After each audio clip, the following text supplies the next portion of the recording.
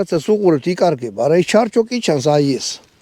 მაგრამ აი ეს ისეთი წრულია რომ იკარგება, არა ჩანს. ეს ანთია შიგნით, კალიმატორში.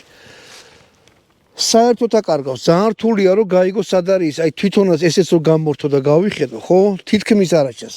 მით უმეტეს თუ ესეთი გარემო რომ სიბნელეც არის და რაღაცა და აი ესეთი რაღაცა მიწა ან რაღაცა ცოტა მუქი, ჩათვალეთ რომ ეს საერთოდ არ იმუშავებს. ანუ ყიდვის დროს ყურადღება მიაქციეთ რომ აი ესე ნემსივი წრული არ იყოს და განიერი იყოს რა.